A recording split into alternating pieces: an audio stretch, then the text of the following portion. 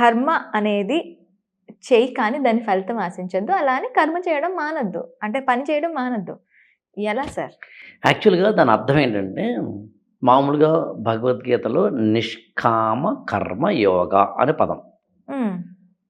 నిష్ అంటే లేకపోవడం, హ్మ్. కామ అంటే కోరిక, హ్మ్. కర్మ అంటే పని. నిష్కామ కర్మ అంటే అర్థం ఏంటంటే, పని చేయి ఫలితాన్ని ఆశించొద్దు అని. హ్మ్.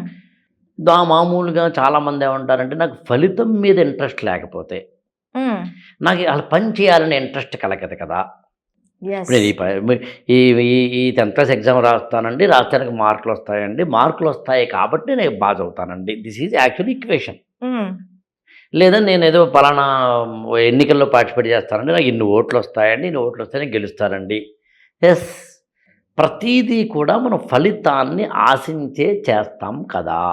హ్మ్. ఫలితాన్ని ఆశించకపోతే అసలు పని చేయాలనే ఇంట్రెస్టే పోద్ది కదా! అవును. మరి అటువంటప్పుడు ఎలా దీన్ని సాధ్యం?